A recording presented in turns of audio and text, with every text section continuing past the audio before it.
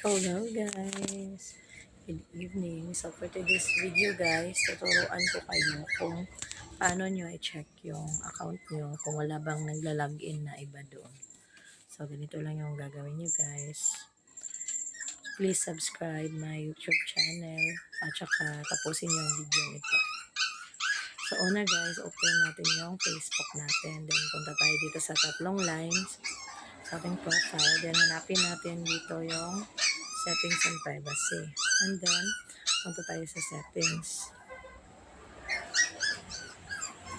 Dating natin sa settings. Punta natin itong ating personal details. Tapos, dito tayo sa password and security.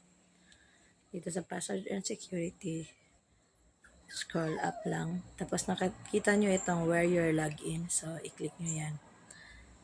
Tapos, open mo ito. Yan. Makikita mo na dyan. Yan sa Realme 10. Ako man yan. Yung Realme 10. Yung Realme 10 is ako yan. Realme 10 kasi yung cellphone ko. So, okay lang yan. Hindi na natin i-log out. Kunwari, ito yung hindi Realme 10 to. Parang Oppo A5s, ganyan. Kailangan mo siyang i-click.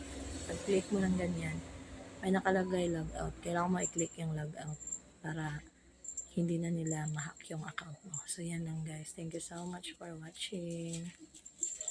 Bye!